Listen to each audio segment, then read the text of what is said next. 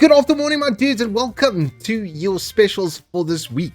Except for the fact that this week we're going to be doing the new arrivals section because it's a brand new section that's been added to Evetech, and it's where all of the brand new and most recently listed products are set up for us. And at the moment, there's 113 products over here, and I've chosen the best 10 to tell you about. Starting off at number 10, it's the Razer Stream Controller. It's been made in conjunction with Loupedeck, and the initial reports and reviews are streaming in, and it's pretty much perfect. The software needs a little bit of tuning, and it doesn't run out of Razer Synapse. It runs out of the Loupedeck software, but the quality, the build quality, and the buttons apparently feel a lot better. The little screens inside have a much higher resolution, and overall just better build quality for almost the same money. It's a nice pressure over there on Elgato. At number 9 is this 300-watt portable power supply from Elecstor. It does look absolutely fantastic. They've got a whole new chassis going on, and their quoted lifetimes and power provision is very, very accurate. This is a little bit more serious. If you want to connect your TV up to it for a couple of hours, laptops, that sort of stuff, then this is going to be the one to go for. At number 8, the Samsung 990 Pro. This time it's coming with a beautiful heatsink. These are still pretty much the best memory products you can buy. As far as reliability goes, we've seen that these things can do 2 petabytes, where other drives run out at like 700 terabytes. So yeah, that's a factor of almost 3 times the reliability of anybody else in the market. And having done the launch and tested these, I can attest to their speeds being very, very accurate. These are still pretty much the best drives you can get. And now at a discount, 2,700 Rand for the 1 TB is very good for Gen 4. At number 7, the new NZXTs are here, and the price point is a lot more aggressive. These would have been closer to like 3 grand. So they've come down in price considerably, and they're still a top 3 cooler. If you're looking at the top coolers available, then these are generally going to be in the top 3. They do have a 360 and a 360 Elite as well.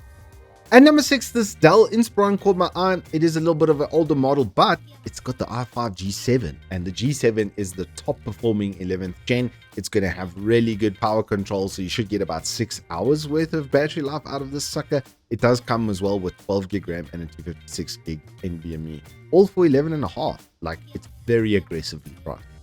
Breaking into the top half at number 5, it's the glorious Model OV2. They do have the wired and then the wireless are both now available. And this is one of the better mouse that I've tested. This particular V2 version has much better build quality than it did on the previous generation. Better cable, better sensor, absolutely everything has been upgraded. And now the O2 wireless is over here as well. And I do have a review of this, so we'll pop that out for you over here. At number 4, this new Huawei had to be included in this list. It's a 3-year warranty panel, QHD+, so it's got the ultra-wide 1440p on 34-inch. It's a 34-inch ultra-wide for 8 grand, and then that is a soundbar. I also was like, what? It comes with a soundbar, 165 hertz refresh rate. Like, this thing, value for money wise, just seems absolutely astonishing. Off the back foot sort of thing. 90% DCI-P3 is a VA, but you're going to have pretty good brightness on it as well. So yeah, for a product this well catered for with a 3-year warranty, 34-inch ultra wide for 8 grand now. Okay, Huawei, I see you over there. And number 3, I had to throw in this upgrade kit because it's got a motherboard that won't blow things up, which is always nice. A 7C700X, the B650 as well. It's got Wi-Fi built into it. It's got a heatsink cooler over there. It's got space for another NVMe at the bottom over here, so you can have that dual NVMe life. And the 7700X is an 8-core. So you're going to be able to stream and game off of it if you want to. You pair this up with an RTX GPU, then it's gonna slap for gaming and streaming, like really, really hard. And speaking of RTX GPUs, at number 2, it joined first place once again. The 4060 Ti palette and the 4060 palette have dropped, and especially this 4060 now at 7 grand. It's a lot more competitive with the RX 7600, and when you're looking at streaming as well, then there's just it's a no-brainer to rather go for this, because you can stream from those RT cores and it's not going to hit you with huge performance loss. You're going to drop maybe 1% to 2% and be able to game and stream off of this graphics card at the same time. And finally, the number 1 spot, it's this RTX 4050 powered notebook. It's got the latest Ryzen 5 7000 series, the 6-core 12 thread with really good boost, as you can see. It's got 16 gig RAM, DDR5, 512 gig NVMe, really nice 120 Hz IPS level display as well. So you've got an IPS monitor on this with the RTX 4056 gig. So this, like I said before, with the RT series stuff, you can then stream and game off the same thing without huge performance degradation.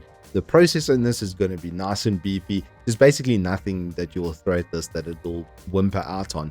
And yeah, you're getting that frame generation and stuff from the 40 series GPU as well. And that is all I have for you on this week's new arrivals. We will be finishing up the Corsair HS65s. I've got these which are going to be coming out tomorrow. This has had like the best wireless I've ever tested to date. I'm not even going to cap. And a couple other nice little features and functions. So yeah, Corsair is kind of just slapping it on audio right now. But until then, hope you guys stay safe, keep well, and I will see you on the flip side.